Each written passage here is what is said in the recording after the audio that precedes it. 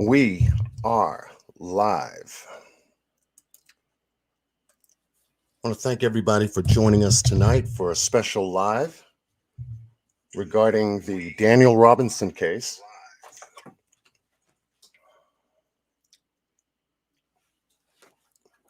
Had to make an adjustment here. Welcome, everybody.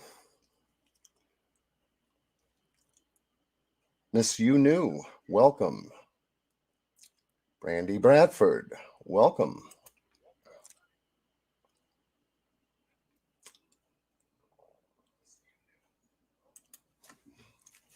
Okay, we got people coming in, which is always good. We've got a very special live for you this evening. Know that we've covered some information with you just last week on the Daniel Robinson case, Miss Q Carlock and I. And we covered some basic grounds, some very basic information. Tonight, we're going to take a deep dive into a family's desperate search looking for their son that went missing for almost 6 months now, since June 23rd of 2021. 24-year-old Daniel Robinson went missing out of Buckeye, Arizona, without a trace. And nobody knows where he is today. Tonight, we're going to have special guest Mr. David Robinson, Mr. Jeff McGrath, and Miss Q Carlock. Welcome, everyone. Cat's Eye, welcome. Kathy M, welcome. Miss Jan, welcome. So as I always say, when we get started looking at a case, we always start from the basic foundation. Who, what, where, when, why, and how. Tonight, we plan to cover that as much as we can and a whole lot more. So let's go to work.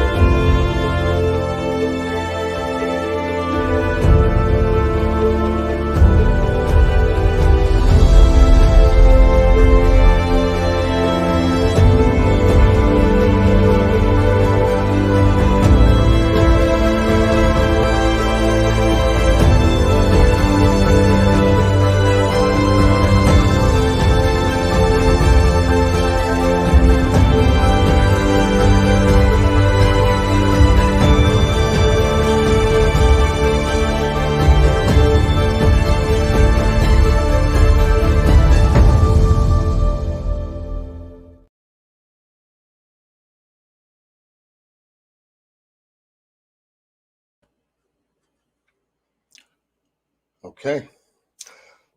To begin with, I wanted to start by giving everyone just a basic overview as to what the Daniel Robinson case is all about.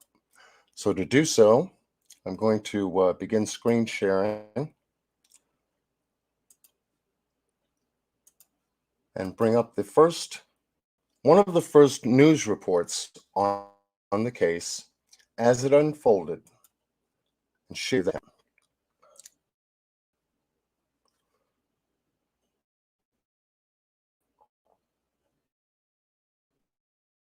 We have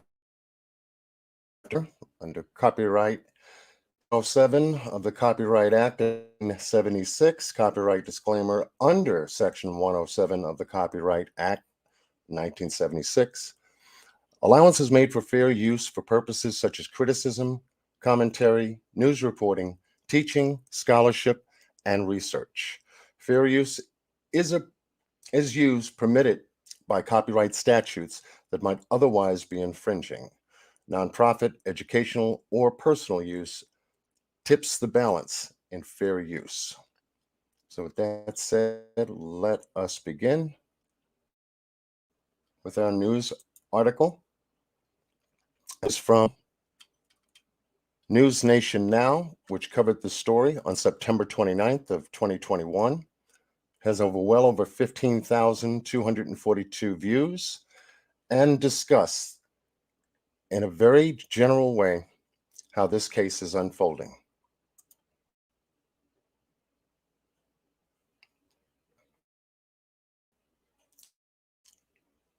Hope you all can hear that. Tonight, we raise missing.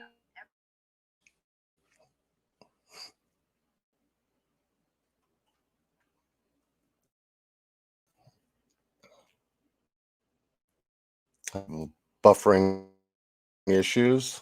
Let me just double check something here.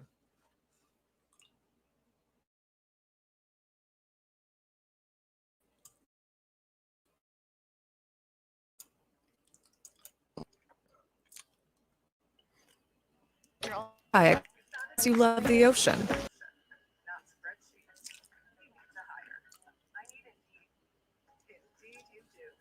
Okay.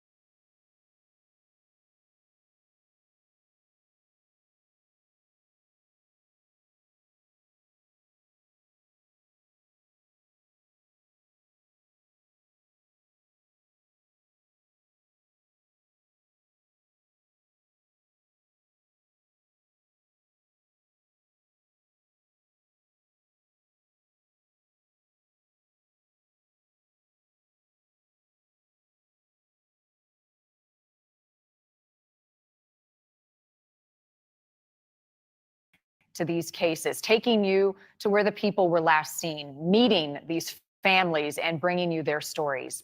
And we begin tonight with Daniel Robinson, a 24-year-old geologist living and working in Buckeye, Arizona. It is one of the westernmost suburbs of Phoenix. It's a low-lying desert valley, a resort spot that has grown a full-scale city. And it is where Daniel set off on a start for a job that he loved. He left work in Buckeye June 23rd. He had not been seen or heard from since. Puzzling clues, a crash scene that raises a lot of questions is what we know tonight. News Nation correspondent Nancy Liu is live in Buckeye for us, where she spent some time with Daniel's father. Nancy. Marnie, it has been over 3 months since Daniel Robinson went missing. This is the area in Buckeye where his vehicle was found. This is remote. The terrain is extremely treacherous, and his family now wonders whether Daniel was really in that vehicle when it crashed here. I have faith and I believe I'm alive.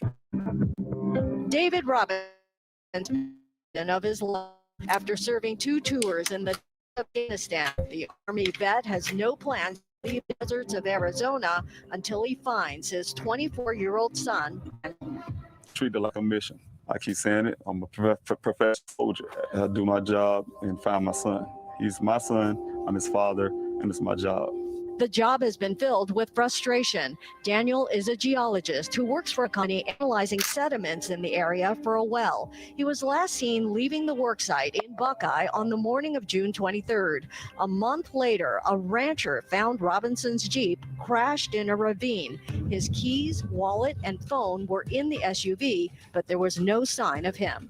And I think the first thing he would have done if he was in that vehicle is at least carry his phone with him. I couldn't imagine someone 24 years old won't be attached to his phone. I'm leaning more towards, I don't think Daniel was in that vehicle. The private investigator and family foul play is involved. He says there are too many unanswered questions by data recovered from the vehicle. The vehicle had 11 additional miles on it from the time the airbags deployed. It had 46 additional ignition cycles on it after the airbags deployed. Jeff McGrath also notes red paint transfer on the right side of the Jeep. It was tipped over, so there's no red paint in this area. That's why I'm saying not crash here. That vehicle was its last place of rest was here, but something was going on with that vehicle. The Buckeye Police Department refused an interview request, but provided its report in which coworkers said Daniel made odd comments about needing rest before he left the job site that morning. His father describes Daniel always friendly and well-adjusted since his birth without a right hand. He don't he was born without a hand, and he don't wear prosthetics. His mom tried to get him to wear it. No, mom, I want to, be who I am. And that's just Daniel. He was living his dream. He became interested in geology when his first year in college, his freshman year. He took a class, and that just set it off, Just like the Gabby Petito case, internet sleuths are at work.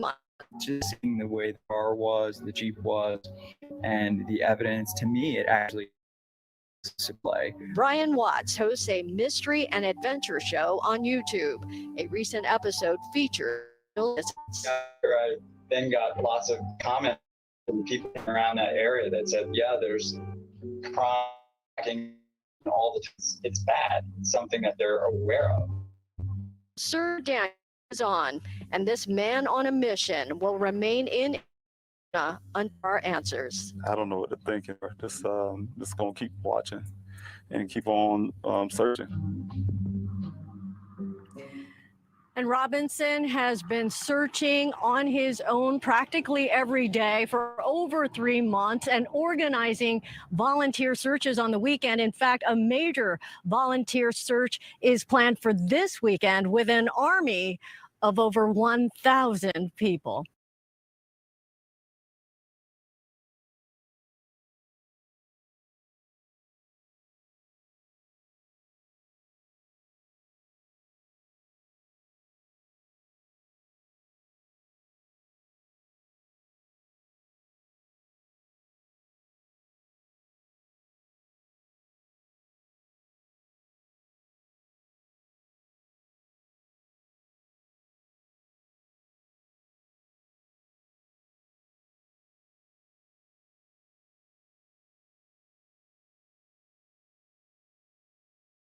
Getting things adjusted, get through it.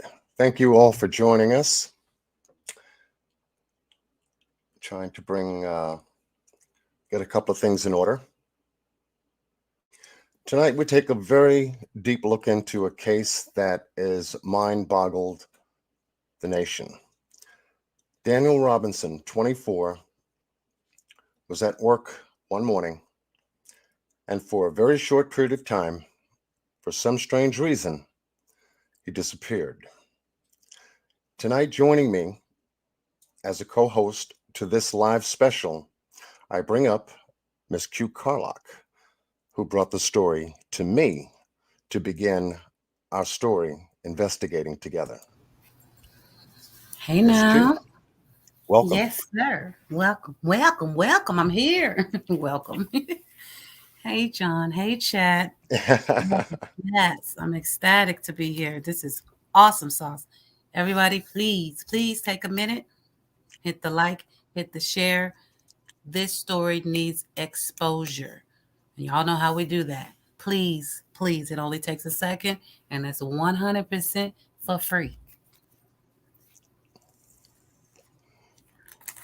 My little tidbit. Absolutely.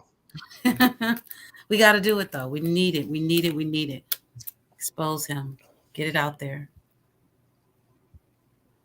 Matter of fact, let me Absolutely. grab my phone and I'm gonna be sharing in the background over here.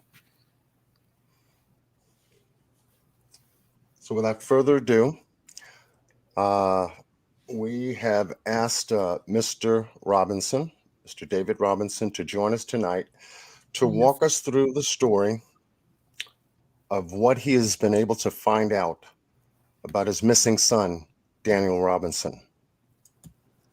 So with that said, Mr. Robinson. Hey, how you doing? Thank you for having me on. Mr. Robinson, Yes. It's our pleasure, Welcome. sir. Thank you for coming. Thank you. We really appreciate it. You have no idea. I try not to act like a fangirl when things work out, but I really wanted to be able to be in touch with you and really want to help your family. So just thank you. Okay. Yes, welcome, sir. Welcome. To begin with, I know the family is going through, I guess, a very, very emotional time right now, wondering where Daniel is. And we know that you've been out there since day one, June 26th, when you left South Carolina on your quest to go to Arizona to look for your son. Could you tell us a little bit about, Daniel and your experience so far? Yes. Thank you for having me on. I appreciate that. Give me the exposure. Yeah, Daniel, he's a scientist. I'm starting from where he's at now. He's a scientist, brilliant young man. He's been doing that since he was a child. Even with some people would think that he was because he was born without one hand. There would be some type of roadblock for Daniel. Daniel showed us a long time ago that anything he put his mind to, he can do it. And that's physically, mentally, just whatever he put his mind to, he can do it. So Daniel, he's a guy that wants to explore, do more, and expand his horizons. Daniel, he's a person that brings people together, and I often keep saying that a lot because it's true. Daniel, if you get to know him, he's that guy in that bridge gaps between people. So, what else can I say? Daniel's a wonderful, wonderful son to have. I wanted to know about him playing the French horn and the trombone? That's right. How in the hell did he do that, David? My God. Yeah, Daniel, the first instrument he tried was the French horn. That was suggested to him. He was in elementary school to play onto his junior high. And he mastered that. He really enjoyed the instrument. He moved on, like I said, to the trombone and the trumpet. Being that he is missing the right hand, some people thought that would be a disadvantage for him. But like I said, Daniel found his way. He teaches himself and then he masters it. So, but he learned his passion for things during that time. I love it. That was awesome. I'm just trying to picture how he did that. Yes. Good job. Okay. That's a handsome pic right there. Oh, thank you. Yes. That's once he graduated from South Carolina. Yeah, once he graduated from South Carolina, he went to Arizona, and I guess he located his employment, his job out there. Could you tell us a little bit about what you know about that? Yes, Daniel, he graduated from College of Charleston in Charleston, South Carolina. He came out to Flagstaff to take a class that goes along with his graduation. And while he was here, he was able to land a job in Phoenix with Matrix New World. The company, the owners of the company, the family that owned the company, Daniel and their child is best friends. They've been friends in college. Came out to college together, and like I said, he was able to land a job here in Phoenix under his degree in geology. He got hired on as a what they call as a field geology and also a hydro geologist, where he go out into areas to check out well sites.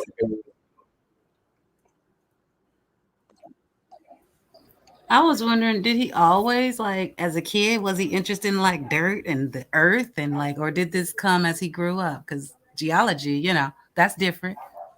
He was just like any other child, undecided. When he was going to college, he didn't know he was going to go to college. We still early in life let him know, hey, look, you can do what you want to do in life, but school is going to be one of those things. And so once he got into college, that's when he grew his passion for geology. He took his freshman class. I think geologist was an elective. He found some interest in that, and he went after that. But before then, Daniel was, like I said, just any child. He's into his video games. So when he got to college, he knew he was going to college, but he was undecided his first year, and then he quickly learned what he wanted to do. Sheesh, that's different. I love it. Love it. I'm sorry, John. I ain't gonna keep butting in. Uh-oh, John might be having a connection issue. Are you lagging, John? Mr. Robinson, how are you? Oh, no, I'm doing okay. That's fine. That's fine. And so he's for lagging. him to have, I'm lagging a little bit.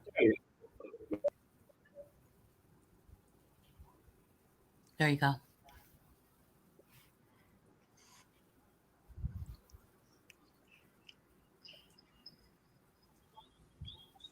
Okay, we have to appreciate the little 10-second lag we've got going on, but we'll work through it. I was out in Buckeye, Arizona, working for Trick's World, where is, I guess, practicing his skills in geology and science and things of that nature.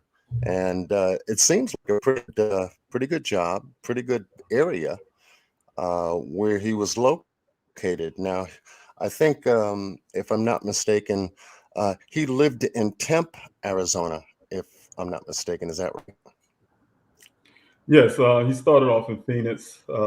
After a little over a year, he decided to move out of his apartment to a different apartment complex, which ended up being in Tempe. Yes. Okay. And he had bought his very first vehicle, which is a Renegade, all by himself. So he must have been proud of that achievement to know that he not only secured a job out there in Buckeye, Arizona, but he also bought his first vehicle out there since he's been out there. That is right. When Daniel came out here to Arizona, he came with skills also. I made sure he and his brother, even his sisters, was up under the vehicle with me, fixing cars. So he bought his first vehicle here. He bought a vehicle that was affordable. He had to fix and repair it almost every day. It was always breaking down, but it got him to work. And he was able to fix that car and keep it running. But once he made enough money for himself, he decided to buy himself a vehicle.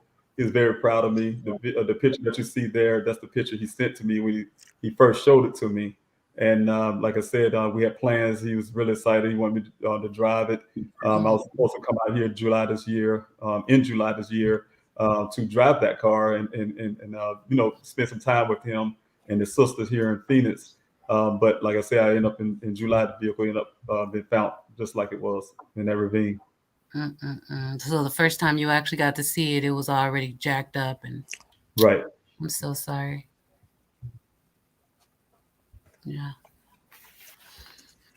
All right. Now, Daniel is the youngest of how many children? His in the twin family? sisters. He's the youngest. His twin sister and his twin sisters and his older brother. He's the youngest out of that group. Yes.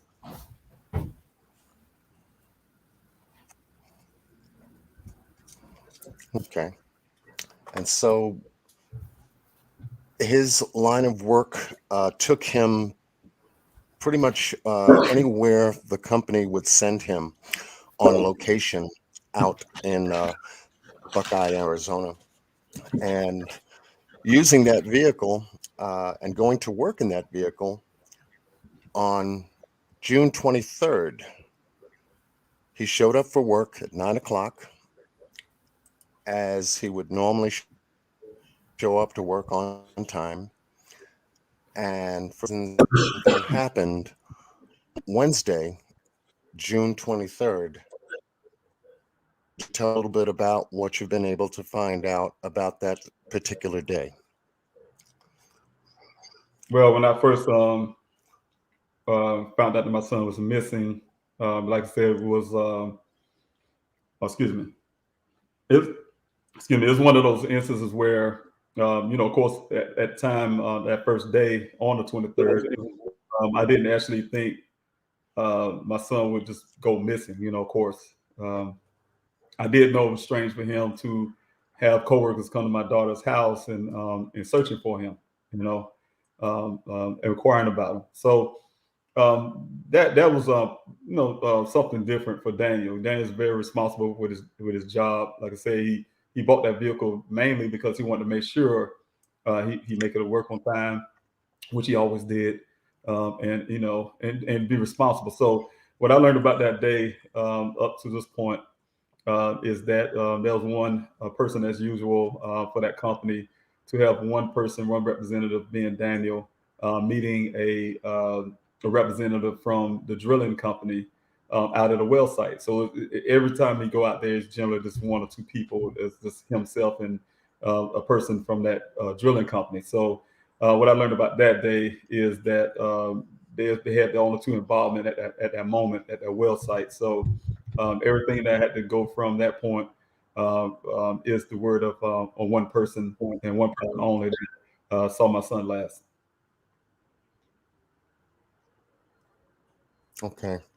And once you learned about Daniel going missing and contacting the Buckeye Police Department, having communications with them regarding your son going missing, how did they respond? Well, the first initial call, of course, I called Tempe Police Department, who told me I needed to call the Buckeye. They gave me the number, being that my son was last seen there. And when I called, of course, one of the things I'm fighting against now is that waiting that 12-hour wait that I had to do. I had to literally, I called the first time, I had to hang up.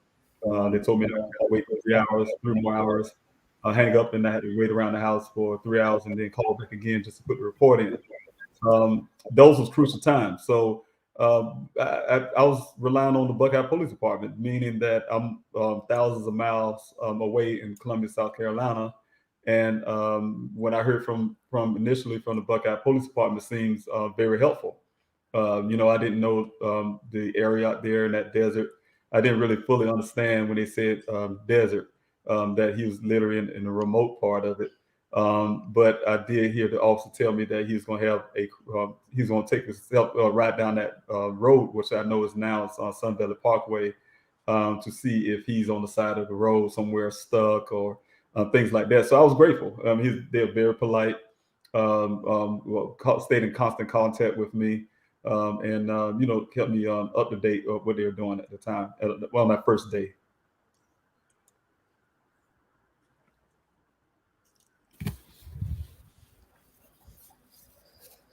Okay, so on September the 16th of 2021, the Buckeye Police Department produced a news release in regards to Daniel being missing. It says Daniel Robinson was reported missing on June 23rd of 2021.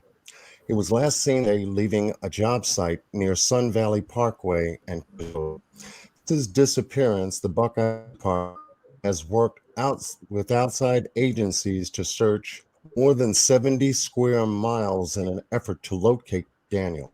Investigators have utilized UTVs, cadaver dogs, and air support, including drone and a helicopter. On July 19th of 2021, a landowner spotted Daniel's Jeep in a ravine. Because of the rough terrain, the vehicle was not clearly visible to the crews searching by air and on foot. The vehicle had significant damage. On July 31st of 2021, a human skull was located in the area south of where it had been recovered. It was later determined the remains do not belong to Daniel. No additional human remains have been found, despite online reports claiming otherwise. Other remains recovered during searches determined to be unknown. Buckeye police continue to analyze evidence and explore leads. Anyone with information that can help solve this case and bring closure to the Robinson family is urged to call the Buckeye Police Department non-emergency number at 623-349-6400.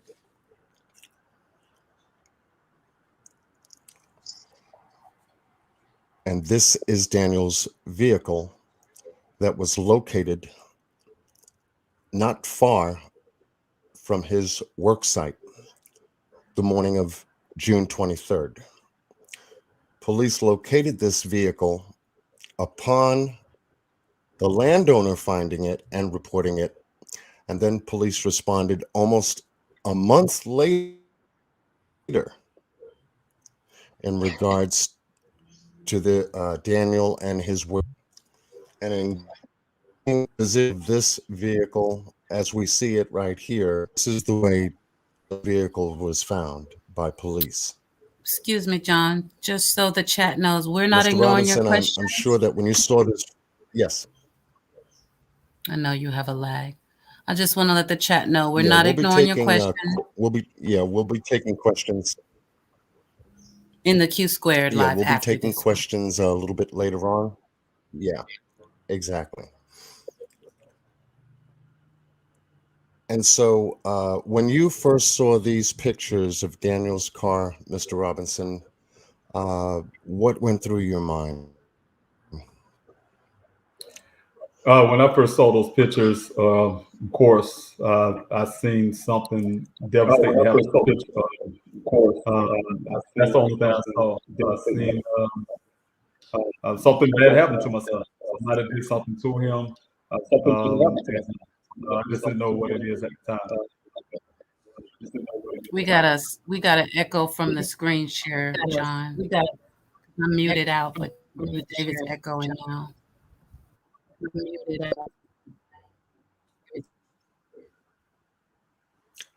Okay. How am I coming in? Loud and clear? Yep, no echo now. David, can you say something for me? Yes. Can you hear me? Beautiful. Yep, we're good. Okay. Yes. Beautiful. Yep, we're good. Okay. And so in looking at this vehicle, the way it's situated, what went through my mind was, my goodness, what happened to this vehicle?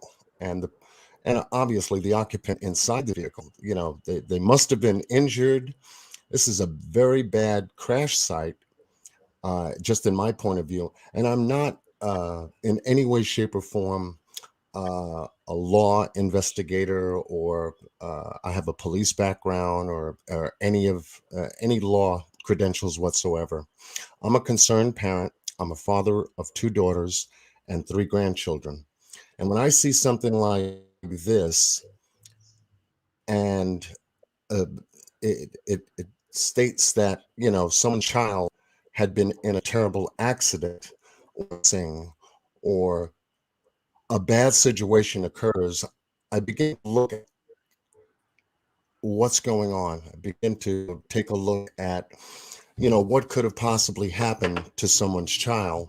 And when I first saw this picture, I said, my goodness, if anything, I don't, just in my point of view, I don't think whoever was in this car made it, but to find out that Daniel was missing from this car, I said, well, okay, well, it seems like then he is okay, but where is he?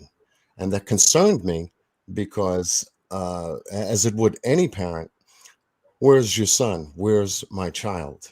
Goes off in your mind and in your heart. And I truly understand, your quest to find Daniel.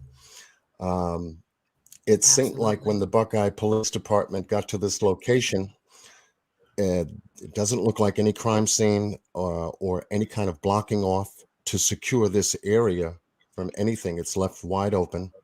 We also notice here that there are some garments or some clothes that are outside.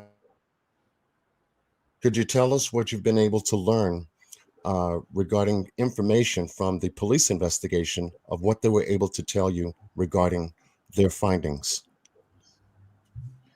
Yes. Well, before my investigator came on, of course, I heard the Buckeye Police Department gave me a call on the 20th. They called me the day after the rancher found the vehicle, roughly around 9 o'clock that morning. And he told me they found the vehicle, first of all. Of course, I was first thinking that they're going to say something happened to my son. He said, we did not find your son. We did we searched with cadaver dogs, search dogs, and things like that, in that nature. After he explained all of that to me, I asked him if they found it yesterday, why did he call me? He told me that because he didn't want to disturb my sleep. Jesus. That made me really upset. I am in Arizona searching every week for my son. So this vehicle showed up and you think I'm sleeping somehow and I need to sleep. Right. So there's a problem. I decided to, I got invited out to the Buckeye Police Department. And where Detective Biffin at the time, he explained to me, he showed me the picture of the vehicle. I believe it's the picture, it's not this picture you see here, but it's a different one. He had one picture in his hand and two maps in his hand. And he explained to me the area where the vehicle was found in relation to the well site. And then he went to the picture that's the picture there that you have, the one, that's the one I released to the public first. That's the only picture I had to go by and the only picture that was given to me. But he explained to me that my son was probably not hurt in that crash because there was no blood found in the vehicle. Is indication that he's wearing the seatbelt, but they feel like he escaped out the sunroof. Then he took his clothing off, took everything he was wearing off. He even asked me, do my son wear boxers or briefs? I told him, hey, how would I know that? Well, I would know what my son wear under his pants. He said, well, everything's on the ground. So, when he's telling me those things, only thing I could see, at that moment is something happened to my son. Someone done something to my son. I just need to know what it is. Detective started going farther and started giving his own theories. He felt like my son, though he didn't get injured, he had a severe head injury. And that's what made him shred his clothes off, because I don't know about head injuries, but he told me that when people have head injuries, they think they're hot or something, and they'll take their clothes off. He said your son probably took his clothes off. He walked off from the vehicle and went up under the tree and cooled off somewhere, and something could have happened to him from that point. He later took me to the compound where they keep storage vehicles at, and as he was taking me there, he stopped me before we got around the building to see the vehicle for the first time. And he told me a story about some lady who their family thought was missing, an older lady, and it turned out she wanted to be some type of nun or something out of other. But he said, hey, I'm not literally just saying, some would say maybe, your son wanted to be away from his family and wanted to get away from you all and left to join a monastery and become a monk, so that was the theory. So when I heard those kind of theories like that, raised my mind. That's crazy. That caused me to right then, just hearing those type things, and the fact that I later found out they didn't do any forensics work, and that's exactly, you see how that picture is there. There's no forensic marker or anything. After I had the meeting with the chief of police and his staff and the detectives, it's clear they didn't do any forensics work on the scene, and that was a problem. So I knew I had to get my own investigator. Thank God you did. Right. Now, during the investigation, did the police do any kind of fingerprint work or any kind of blood work or any to determine when he was alone or whether he was with someone at that time? Did they report anything like that? Negative, and that's the reason why I requested a meeting through a channel through other agencies. I was able to secure a meeting with the chief of police, Chief Larry Hall of Buckeye, and his staff, along with the detectives. In that meeting, I learned all of that. They did not do forensics work. I was upset about it. They didn't give me but that one picture. I was upset about it, and they promised to give me the pictures. After I'm arguing with them, I have also carried a witness with me. He's a part of the NAACP brother, just sat there with me to listen as an observer. But they explained to me the reason why they didn't do the forensics work is because they didn't see any blood in the vehicle. And one of the questions I asked then was like, how you know there was no blood in the vehicle? Don't you have some type of chemicals? You know, I watch TV a lot, so during time, and I thought they had some type of chemicals they can tell somebody to wipe up something or anything or find blood. They didn't do that, you know, I was like, how do you know my son was even driving the vehicle? The answers were, hey, look, it's his vehicle. He's also was driving, and so that was unacceptable to me. I demanded them to do forensics work and do some type of fingerprint or something. Mind you, the day after they on the 20th, the day after that vehicle was found, they turned the vehicle over to me. The detective told me if I didn't get it towed out their compound, they're gonna have it towed, and I was have to pay storage fees. Wow. So, you know, so that's the reason why I had those meetings too. So when I had those meetings, they decided to hold the vehicle a little longer, and then go ahead and do the forensics work that I requested, fingerprinting. So I never did get anything back from that. I don't know to this day. They won't talk to me about certain things. Matter of fact, they don't talk to me at all until they have something to tell me.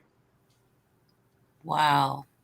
So it took them a month to find the damn car. Then they find it and want to just give it to you. Like there's no reason to swab it or anything. And the only reason they did it is because of your meeting. Yeah, and that's one of the problems. You know, their statement, when they put that statement out, is when we started finding human remains out there. We found the skull. We found a couple other human remains, and you know, we know the difference between. We found animal remains too, but we know the difference between animal and human. Being that it started becoming apparent that that area out there near my son's vehicle was found is a crime scene area. Buckeye came out with that statement, saying things like they couldn't find the vehicle because of the terrain. I can mind you, if you keep looking at those pictures and you look at the aerial shots, those the hedges and the bushes there only come up barely come up to your shoulder length. It comes out to your waist length. The vehicle's a lot taller, and the vehicle's blue, is sky blue, so it's impossible for you not to see it from an aerial search if you really did one. Did aerial search. If you was on the ground, you would have found those human remains that we found around that area. If you was searching that area, you would have searched those whales that you see them did a photo op on 2 months ago to make it appear they're doing some type of work. You know, saying they would already have searched that area on the 19th of July. So it's inconsistencies like that are just more of reports to cover themselves, to make it appear that they're doing things, and they'll use word games like, hey, we work with outside sources. No outside sources ever met with me or my family. They never took blood work from me and my family for DNA, just in case, for identification when we do find those remains. You know, things like that. So I look at all of that and put all that together. You should, because it's not right. Not at all. Oh, Lordy, don't get me started. Come on, John. Don't let me get in there. Unbelievable. Probably waiting on his lag. Oh, my God. Oh, someone in the chat was asking, were those Daniel's clothes on the ground? Yes, it was told that it was my son's clothing. You know, I wouldn't know exactly what he's wearing that day, but I can say that safety vest was an indicator that it was his clothes, being that that's the safety vest that he uses for his job. So His boots were one was on one side of that vehicle, and the other one was tucked up under the vehicle on the side where the roof is of the vehicle. So I believe those were his clothing. Wow. There you go, Carol. That's just weird. I mean, if you're going to strip down, even if it was overheating, heat stroke. I mean, I live in the desert. You know what I mean? It takes a minute. First, you have to overheat. So are they trying to make us think he was already hot when he drove to the desert? Then he got out, stripped down. It's not adding up. Well, my son had 2 cases of water in his vehicle. My daughter bought him 2 cases of water. He always carries water with him. He has the canopy that he carries with him when he is at his work site for the heat. So my son is very careful, and he's knowledgeable to know about hydrating himself. That's why he had 2 cases of water in his vehicle. And it was still in the vehicle, right? Untouched. That's right. I don't like it at all, David. I don't like it at all. John must be having just a little technical difficulty, but I don't mind chopping it up with you till he gets back. That's what we do. I did ask you earlier how you were doing. I didn't catch the answer because I'm sure everybody talks about Daniel, which they should, but how are you? I'm doing okay. I'm staying on task. I'm staying with the mission. I'm going to find my son. So I have to stay focused, and to stay focused, I do have to take care of myself. Yes. But I definitely want to try to make sure I stay on task. Just try to make sure my mind is sharp and things like that. So try to make sure I'm not get on the emotional side of things, and that way I can focus on things that matters, like facts. Especially with dealing with the police department. Yeah, for sure. Did they seem to let that monk theory go, or they just what? How? I mean, does it seem to you that they're looking for other answers, or are they kind of hell bent on, hey, he walked off, what can we do? Well, I think the whole case was bitten around. If you look at what made it in their report and what didn't make it in their reports, you will find in their reports the opinions of coworkers, for instance, his mental state. But you won't hear the statement from the gentleman that actually found the vehicle, for instance. There was a guy a federal law enforcement agent later on who was trying to reach out to the Buckeye Police Department. He couldn't get anything, so he came to us. We got a statement and everything, but now they decided to take the same statement. But his account should be in that police report. But they decided, instead of doing that, to go in and highlight a conversation my son had with a young lady. Right, they highlighted the heck out of it.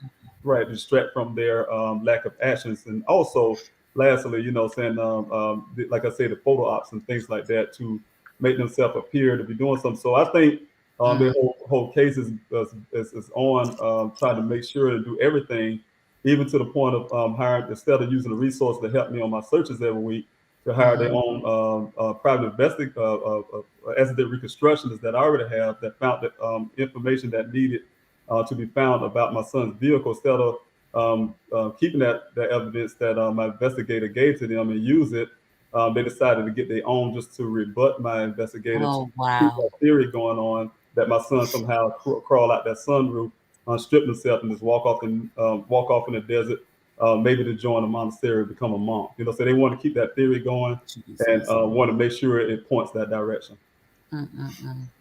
Welcome back, John. That's a terrible theory, David. I don't buy it. I don't either.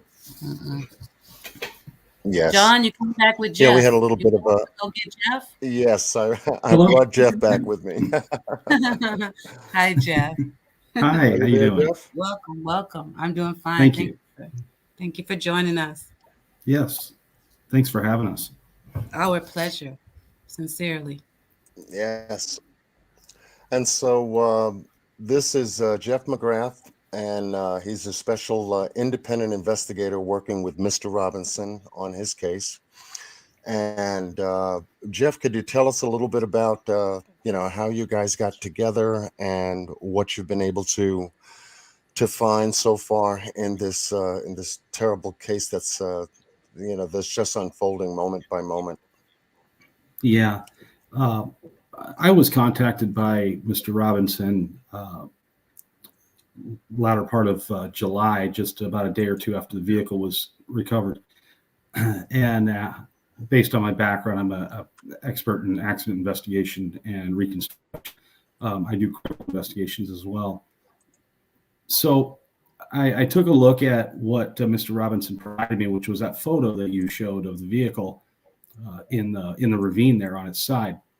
And from the minute I saw that photo, and I believe I heard you say, even with no background, you can look at that and say that looks like something pretty serious.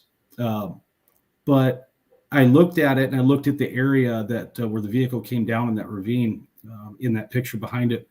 Excuse me. And the damage that you see to the driver's side of it in the windshield doesn't match that terrain. So it needed further digging into. At which point we coordinated with the Buckeye Police Department for me to do an examination of the vehicle, and they decided they didn't need the vehicle anymore, and they told us they don't have an investigation, so they turned everything over to Mr. Robinson and myself, including the vehicle. So we put it up in our inspection bay, and we got it up on the rack, and we inspected that vehicle thoroughly. And one of the things in the inspection we do is we download the airbag control module, which is being referred to as the black box. That we'll just call it the black box. The black box gives us a lot of information. It tells us pretty much everything that vehicle was doing from 5 seconds before the airbags deployed all the way up until airbag deployment. It captures that, it stamps it in there, and then we can extract that data from the vehicle's box. The data I was looking at, and I have it up here on my computer as well, but the data I was looking at as I was standing right in front of a Buckeye police detective, because they had downloaded it. Let me back up. They downloaded it. They handed me the document. I went there with my team to do that. They were going to just give me that and basically wanted me to go away. Well, the download cannot be tampered with. So once they downloaded it, it's pretty accurate. I have downloaded it since. I have the same exact the duplicate of what they provided me. But I flipped about 2 pages in and immediately saw an issue. One of the issues was the ignition cycles didn't match. It captures how many ignition cycles that vehicle has been turned over in its lifetime, from the time it came out of the manufacturing plant to the day you download the box. Well, it also stamps in the ignition cycle, number of ignition cycles for its life at the time the airbags came out. Well, we had 46 additional ignition cycles on that from the airbag deployment to what we currently had when we downloaded it. That's an issue. That was the first issue I saw, because we typically will see 1, maybe 2, because once we have to get power to the box to download it, it'll usually add a click. But to see 1, 2 is okay. 3 is kind of questionable, but to see 46 is unheard of. So immediately I knew that something was going on with this vehicle.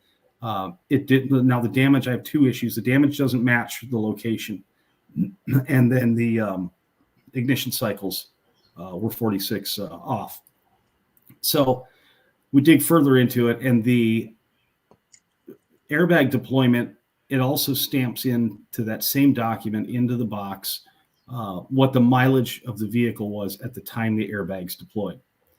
Then some of them, and the Jeep, this is one of the few that don't, but some of the documents will also give you the mileage at the time you downloaded the box. So it'll show you if they should be the same. If that vehicle is disabled and can't move anywhere, you shouldn't have any additional miles. But there were 11 additional miles on the vehicle from the time the airbags deployed. So now I'm looking at 3 issues. I got more miles on the vehicle, 11. I got 46 additional ignition cycles, and I got the damage that doesn't match the terrain. So obviously, and you don't have to be a rocket science or accident reconstructionist to figure out that vehicle crashed somewhere else. Right. It came to its final stop at the bottom of that ravine, but where was it crashed before that? And how badly was the occupant? We know there was somebody in the driver's seat and they had the seatbelt on, so it wasn't just driven off that ravine and left there with nobody in it. The seat was occupied. The data does tell us that. But there's no blood in the vehicle. And to say, somebody cleaned up blood if something happened in there, it's possible, but sometimes in crashes, when somebody is cut open in a crash, it's because a hard object has struck them somewhere, whether it be their head, their arm, something like that. This vehicle has so many airbags deploy on it that if you're sitting in that driver's seat, you're not going to make contact with anything hard. So you're probably not going to tear skin or anything like that. So you might get a bloody nose and a fat lip from the airbag coming out, which I've seen is pretty common, but sometimes it starts after the impact. It doesn't start immediately. So, but regardless, there should be some DNA trace evidence of contact DNA on that driver's side airbag, which was never swabbed. Oh my God! The police department never swabbed that because just like they told David, they said, "Well, we know it's Daniel's car, so we know Daniel was driving it." It's some of the sloppiest, laziest police work I've ever seen in my life. Oh my God! And so I have the airbags. I've cut them out, and they're stored. They're safely stored so the DNA doesn't degrade on them. So we can get them analyzed, and I can at least find out if that's Daniel's DNA on that driver's side airbag or if it's someone else's. Oh, thank God. Yeah, so we're gonna be doing that in the near future. And then as far as the impact somebody would have suffered in that collision, it would have been, like I said, the airbag impact, and those can knock some sense into you. They hurt. The airbags can cause internal injuries. They can cause bleeding on the brain. Brain swelling, that type of stuff. Now, if that were to happen, the occupant would be suffering some type of disoriented state because they wouldn't go unconscious, Jeff. They wouldn't get knocked out. That's happened before too. You'd be concussed. You could be knocked out. Some people out of it and they just kind of rings their bell a little bit and they move on. I've seen all stages of that from the airbag deployment. They come out with some force. And it hurts. And it could cause some internal brain damage if it's hit just right or your head's just in the right position. That could cause some disorientation where Daniel was somewhat familiar with that area. Actually, no, I take that back. Daniel was not familiar with that area because this was his first time going to that well. But if Daniel were in that and that vehicle had that airbag deployment and then he was disoriented as a brain hemorrhage is taking place or something like that, he could have deliriously driven somewhere, ended up down there, kicked his way out and got lost because you just don't know where you are or which way to go. And if you go west from that location, you go a couple hundred miles of desert before you hit the border of California. There's nothing in between. If you go east, you got about 4 miles to the actual roadway. So it all depends on directionally. And if this happens at, around noon or 1 o'clock, let's say, you got the sun straight up. So which direction are you going to go? Hell. Oh my God. Yeah. So we have a lot of issues. I cannot rule out that Daniel was in that vehicle, but I also cannot rule out that somebody else was in that vehicle and Daniel was extricated from it prior to that. We just don't know. I can't rule out foul play, which the Buckeye Police Department did that immediately. Yeah, they did. I have some absolute suspicious circumstances surrounding this. And had this been my investigation when I was a cop, this scene, it would have been taped off. It would have been a crime scene. It would have been treated as such at the highest level until you can rule things out. They didn't do any of that. They just looked at it and said, well, he decided to crash his vehicle and walk away. He's an adult. He can do that. Well, that's crazy. Yeah, it is. And especially because if you're talking about, you look at that vehicle down there, you see the clothes are removed.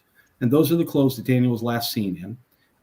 There's no blood or anything on those. I've examined those clothes. There's no trace elements, nothing like that. Now, I have not hit them with luminol to see if they've been cleaned, but it's really hard to clean blood out of clothes.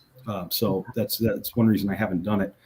If I start to spray luminol on things, I could degrade any DNA that's there. So I'm not going to do that yet until we can get DNA traces off of stuff. Then I can start spraying with luminol. We can hit it with a black light in the dark and see if there's any trace blood in there. But in the meantime, we have suspicious circumstances. Yeah. Daniel's gone. Yeah. Daniel, if basic just detective work 101 is when somebody's missing, you interview the family. You try to find out what's this person like, what's been going on with this person. If you do that, you'll find out Daniel's not the kind of person that just wants to disappear. Right. He's not in any money trouble. He's not, he's not being abused by family. He's not, those things you look for where somebody says, I just have to disappear. He doesn't fit any of those categories. Right. This is completely out of the norm for anything Daniel would do. So again, we have at minimum, if we don't have a criminal investigation, we have a minimum endangered missing persons, which at that point you need to pull out all your resources. And if you don't have them, you need to call up to a higher agency that does. And they're not doing that. Right. No, they refuse to. Jesus. Since I got involved. And so now, I guess from your analysis from the crash report, it gives you, I guess, information that the vehicle had a collision at around 1 p.m. on the afternoon of Wednesday, June 23rd. Correct. Is that correct? That was airbag deployment. That was the airbag deployment collision. That mileage from the entertainment system in the vehicle matches the black box mileage. We correlate those two to each other. It gives us a time in UTC. We do subtract the hours. I think it was -7 at the time, which puts it at about approximately 1 p.m. So now we have a gap from about 9:30 in the morning till 1 p.m. Right, exactly. So we have Daniel at the work site at 9 a.m. We have the report from I guess one of the co-workers that Daniel was out there at the job site with. His name is Ken.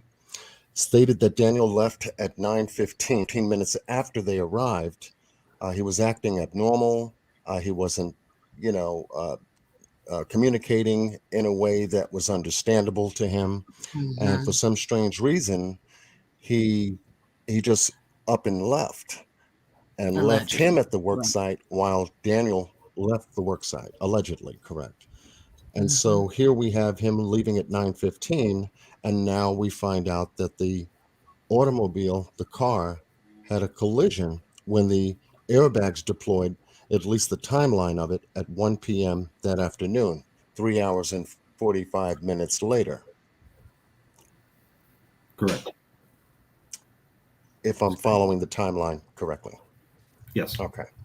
So let me see if I can just bring this up, and then we'll come back to the search efforts of Mr. Robinson and you and the team that you guys have on the ground. I wanted to bring up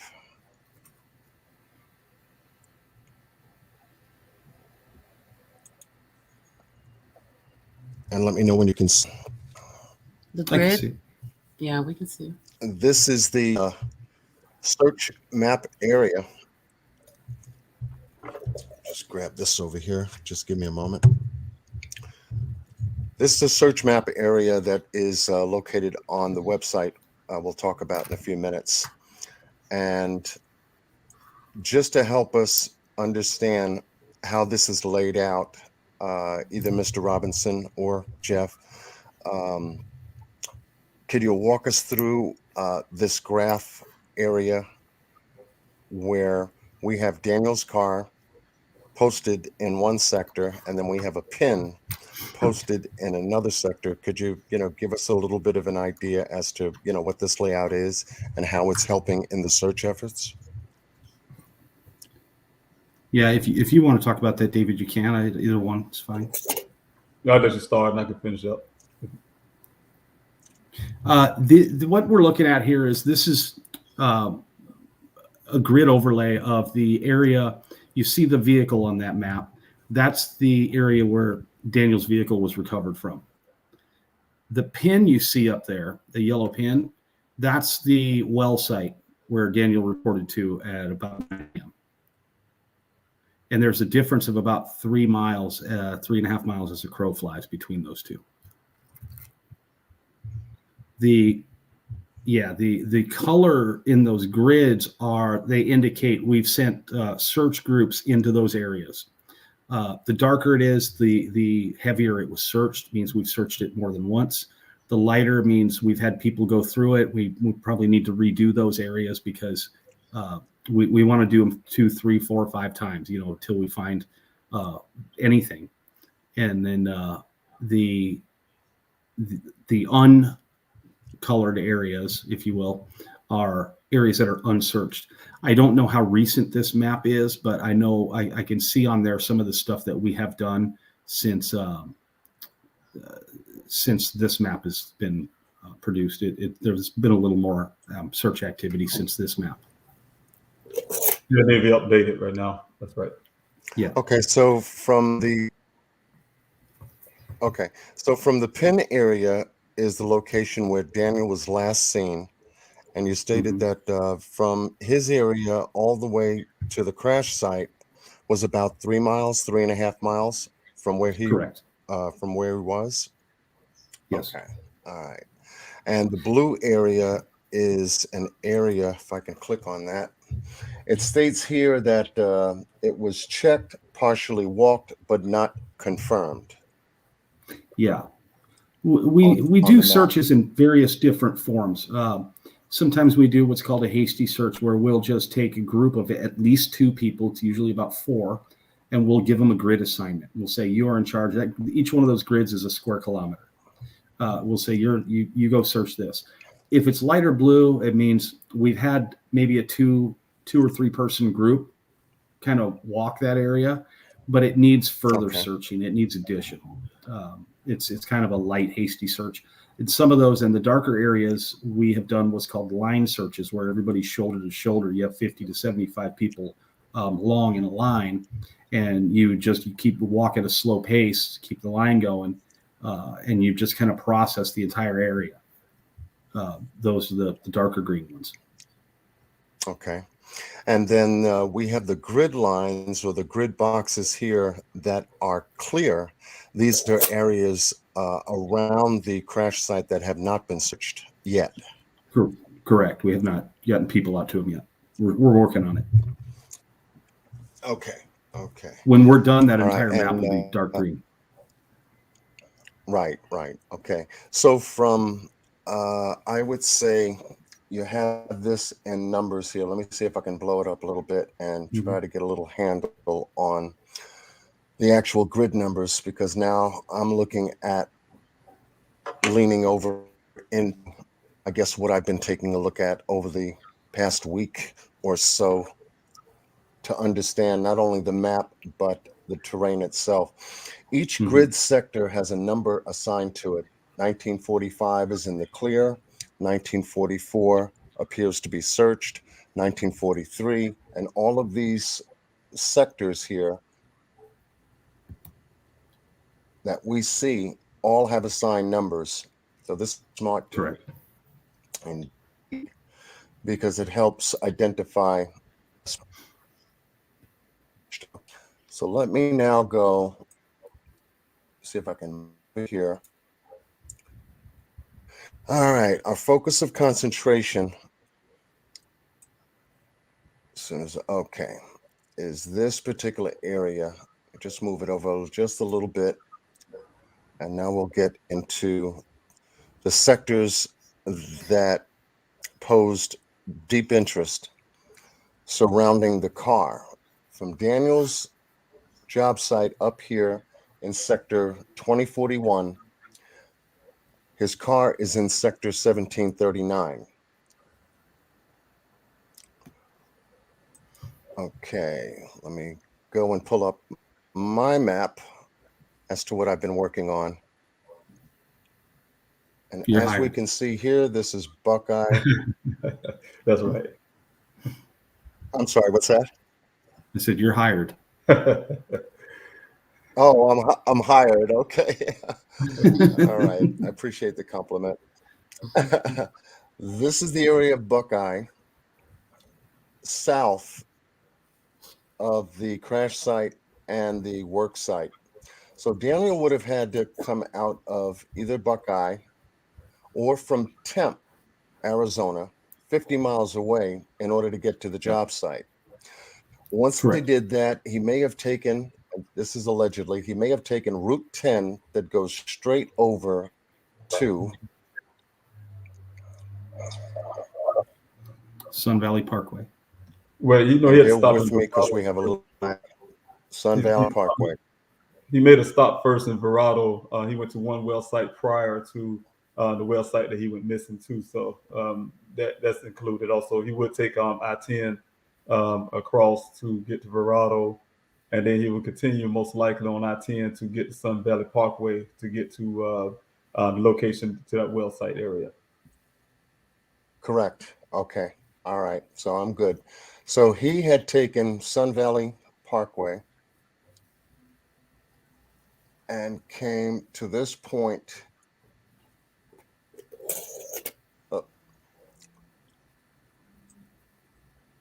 Asked. Okay. This is Sun Valley.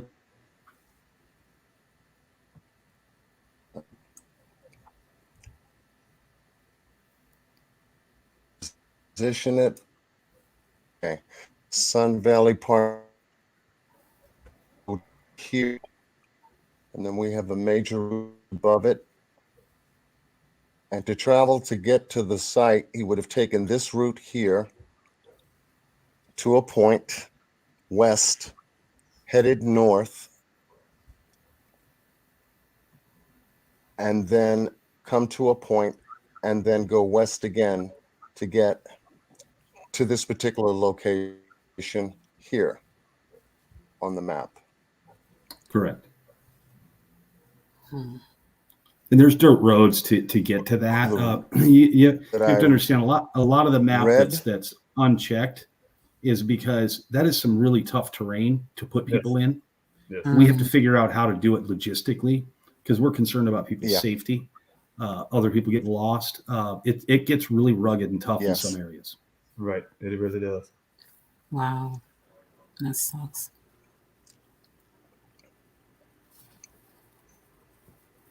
Right. And we have wildlife out there. So his location would be here. Oh my God. And when he met Ken, this is where the two gentlemen, wildlife, right? We can't forget the wildlife. That's right. This is Mountain the lion. location where he met Ken. Stayed 50. There was abnormal behavior by Daniel, allegedly, and he got in his car. And according to what Ken had stated, he went south and left him. So backtracking the way we got here, he came out of that work site, made a right turn, and went south down this route where the T comes into that route. Right. East of that T, obviously, is Sun Valley Parkway. Correct. To the west of that T, as we can see, it starts to bend and starts to go southwest. Now, in going southwest, I wanted to get an idea as to this. There's a power plant area and then the other the quarry. The particular location is. Okay. There's a power plant and then there's a quarry. Those two locations. So this is a power plant area. Right.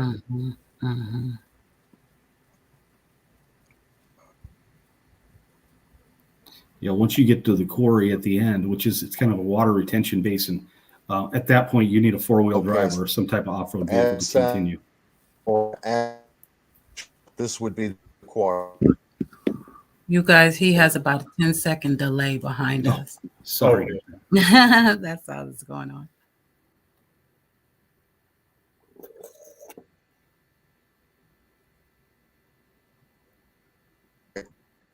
Get down.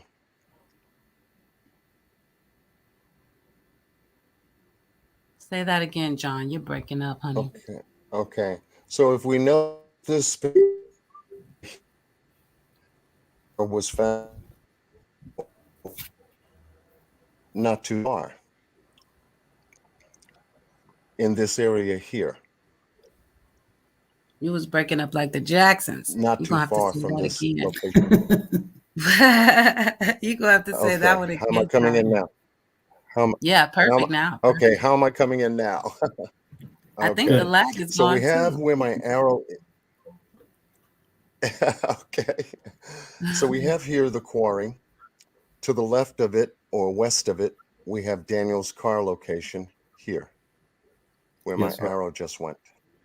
Right. Okay, Yeah, what I we got you. noticed about this particular area is that I was looking for access points by vehicles. Mhm. And the access points that I was looking for were what we just covered, but I also went on the other side and I noticed something very peculiar. Mhm. And I'll zoom in and let the map clear up. Outside of the quarry to the west, not far away, I had noticed track line in the dirt right outside this particular location. This tells access point here. As this, if you begin to Oh my God. It keeps cutting you out every see other that word. track You noticed the what, John? What you noticed there? that I'm pointing at, I see where you're pointing, but you broke up. I don't know what you were asking.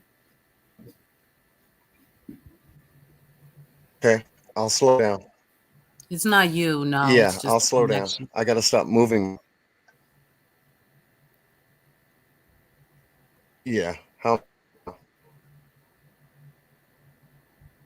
testing 1, 2, 3. That was perfect. Yeah, now Mhm. That's weird. am I back? You back. Work it on out. How am I doing now? Testing 1, 2, 3. Okay, I'm back. Yeah, Yeah. you sound good. Okay, I won't move my mouse because it seems like every time I move my mouse, it starts to break up. But if Oh, you okay. notice to the left of where the yellow line is, there are vehicle track marks there, which Mhm. tells Right. me that there's an access point from that side. Mhm. Uh, my question is, when Daniel's vehicle was removed from this location, obviously the both of you weren't there to actually find out in any general sense which direction this vehicle came from, whether the quarry or from the outside of the quarry where those track lines are. We know which direction the vehicle entered into that ravine area, and it would have Okay. been back it because there were. Now we have to back up a little bit. The morning Daniel showed up at the well site and met Ken there, it started to rain. It's our monsoon time of year, so they were holding out, waiting for the rain to pass. Well, it rained a little bit. It wasn't a torrential downpour, but it was enough to wipe the tracks off of the dirt roads clear. So any vehicle would travel on them after that point, you could see clearly the direction they went. That's how Ken noted that instead of turning east to go back to Sun Valley Parkway at the T, that Daniel's vehicle went west. Okay. And he said he drove out as far as he could, as far as he could, and he lost sight of him.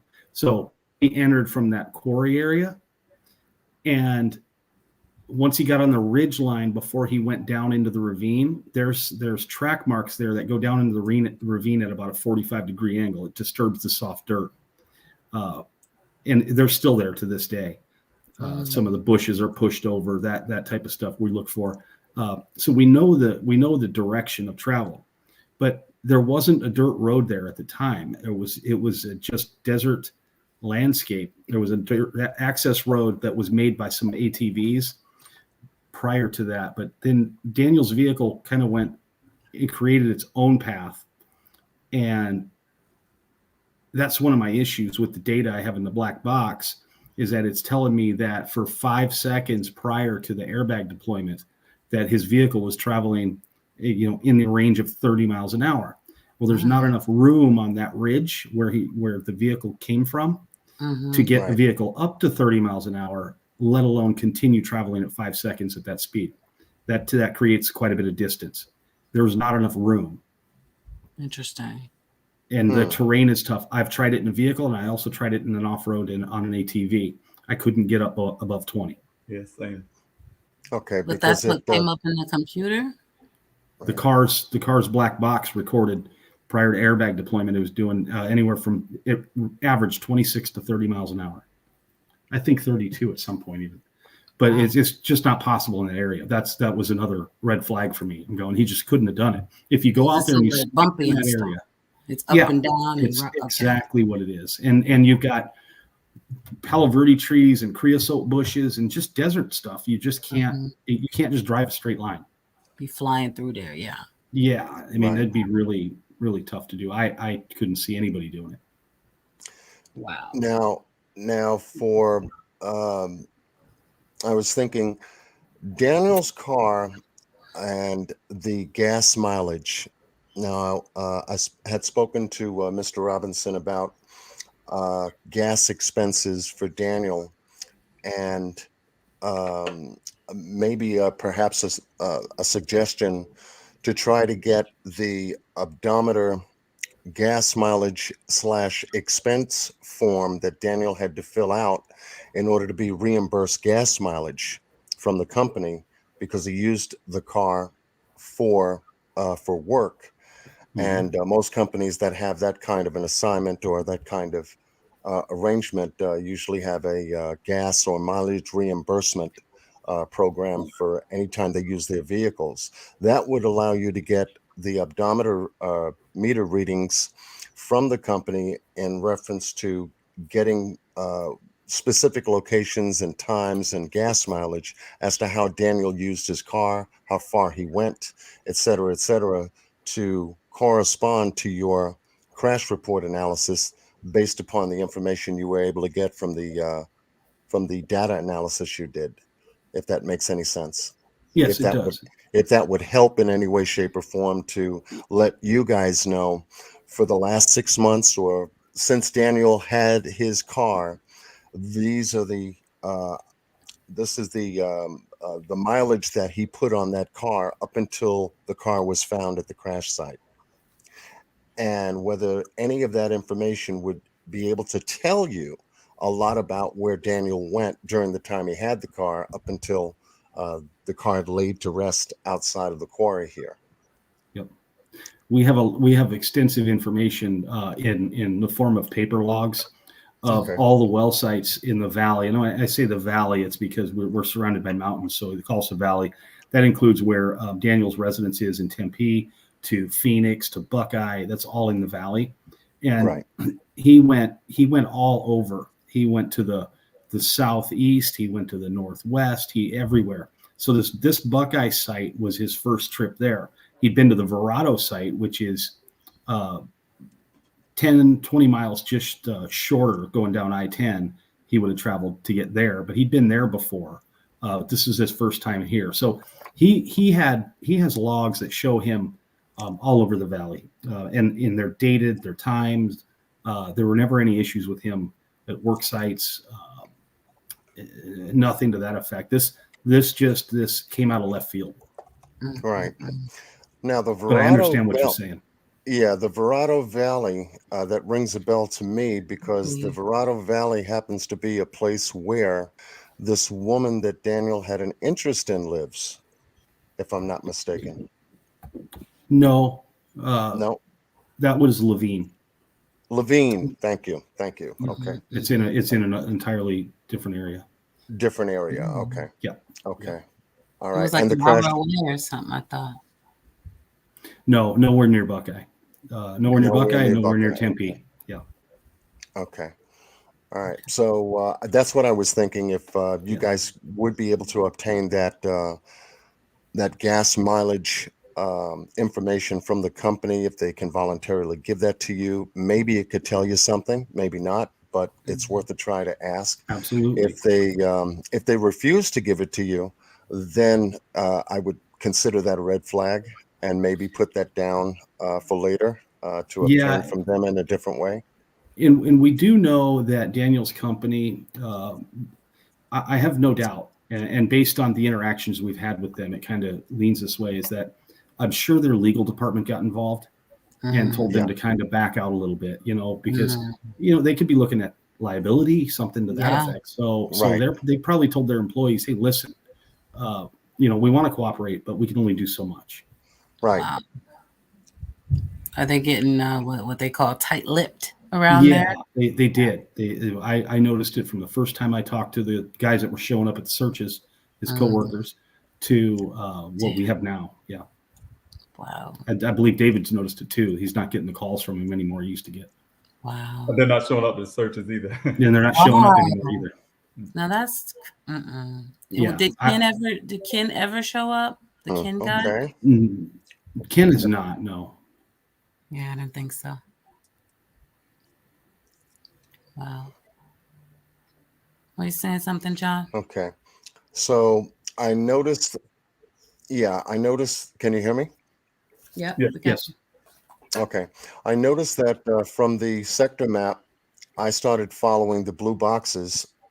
And once I did, I noticed this particular area here, south of the crash site. I wanted to know if anybody has given you any information about this particular structure down here, 2 sectors south of the crash site. Yeah, that's That's a Any corral. information about what you see? It's been searched extensively. That's a corral by the one of the cattle ranchers. That's a corral. Okay. Corral. I think that's what Randy said. And not too far from a few feet from there is also Okay. a mine that we had to search in that spot Wow. there, and also a well. A well is what you saw Buckeye did this photo op on. It's just west of that corral, like northwest of that corral is a well that they looked into that we all also checked. Oh my God! Thank God he wasn't in there. Yeah, and we've run cadaver dogs through those areas as well too. Damn it! Where is he?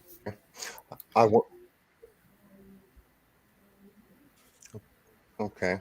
Further south from the corral, and found this particular location. Was this particular location identified? I can't tell what that is.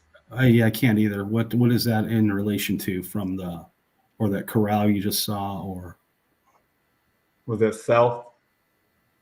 Because they have a Pioneer. Yes, plant. south. Oh, yeah, that's okay. Yeah, I think David, I think you're right. There is a landscape plant down south of there, a couple miles, and it's a huge plant, like they're mounds of rocks and heavy equipment type of stuff. Okay, landscaping. Okay. Yeah. As I continued searching this area, I went south again, about another sector down. This will take some time to clear up. Mm-hmm.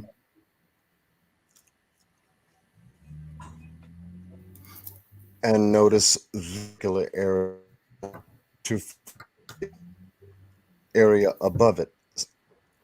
And this looked like a building structure. It looks like vehicles, trailers. It tells me people are down here in this area. Mm-hmm. That may be the landscape company. There's four cattle ranchers in that area that live out there, run their cattle through there. There's a huge, and when I say huge, I mean it's a huge landscape company down there. That's all they do. It looks like a big mining operation. Right, that's what it looks like. Everything is outside, exposed, and I wanted to get an idea as to what was out here that you guys had found out in reference to people and vehicles in and around the crash site. So it interests me to find out as many locations on the map, because it tells me if there was anyone in and around that area that may have seen Daniel, maybe seen him have car issues, give or take, or anything of that nature, somebody would have at least seen something. And whether Buckeye police went down in this area, in the two areas above, the corral, the mining area, the landscaping area, or even here to question anybody to see if they ever seen Daniel anywhere in the area that we're looking at right now. We don't know where Buckeye went. That's the difficult part. If they told us, yeah, they went and talked to them. If we asked them the question, I don't know if I believe them. But We have looked for human life within about a 10-mile radius of there, and canvassed that with flyers Okay. and anybody of knowledge, and nobody's come forward. Sheesh. Okay. 10 miles, that's nice. Of that, we've got what appears to be trailers out here. I had some volunteers to South of that go down line. south. So let me just bring it near over. that, You can just follow what I've been looking at. He'll hear you in a minute, Daniel. Sorry. Okay. David, I'm so Okay. sorry.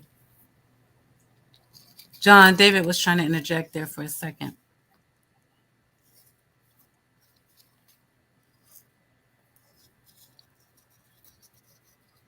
Oh, He's he's moving there. that mouse again.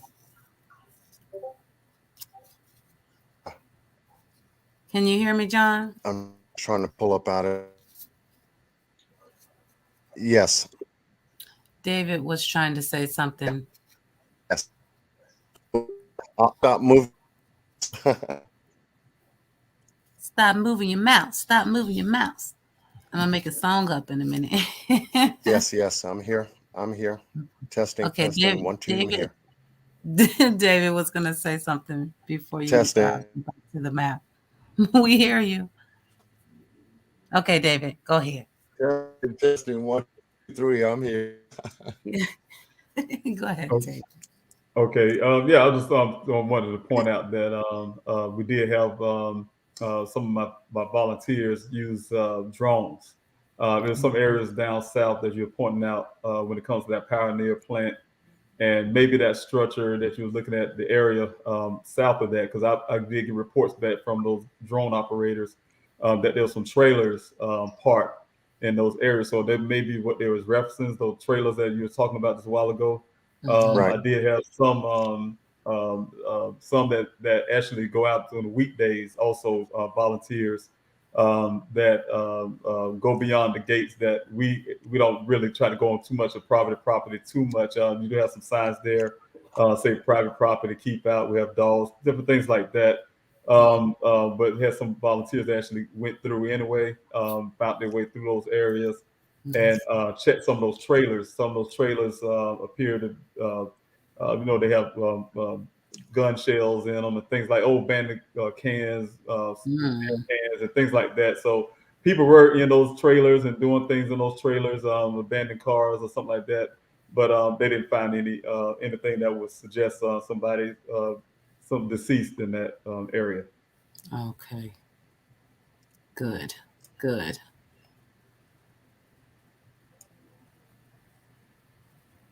You guys are helping us clarify, because we were looking at this map Okay. last week. Can you hear me? Yeah, we can hear you.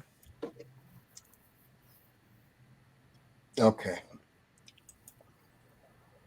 Now, this was the most interesting part I was able to find. And you mentioned 11 miles. It was mentioned 11 miles in your crash report, Jeff. Mm-hmm. Yes. And in that 11 miles, I was able to begin measuring north, east, south, west, northwest, southwest, northeast, and then across. I made a big time clock around this whole area. Yeah. And one of the things I was able to radius, immediately find 11-mile radius. Thank you. Thank you. What I was able to find,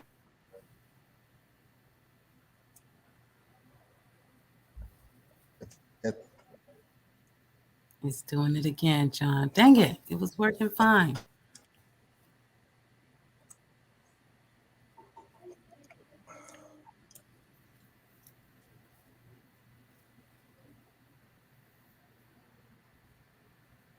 Are you speaking, John? Can't hear you.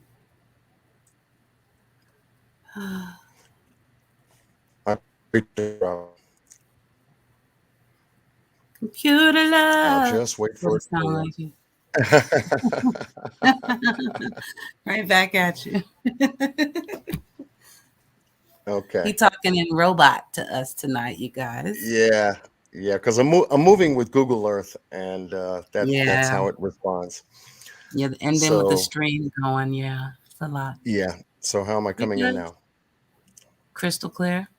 Okay. So now I did an 11-mile radius around the area as much as I can. I'm still working on this map. The report said that the Daniel's Jeep had a collision somewhere. So I said he must have had a collision 11 miles away somewhere. So let me go from the crash site and let me go and find out 11 miles away where he may have come from until his car got to the crash site.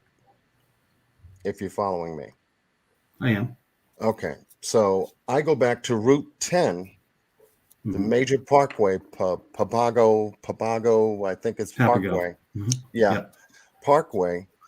And if he had an accident on the Parkway for some strange reason and tried to turn around from that point to go back to the work site where the car eventually ended up, I'm thinking, okay, I've had an accident on the highway. It stopped my car. I can't get it to turn over.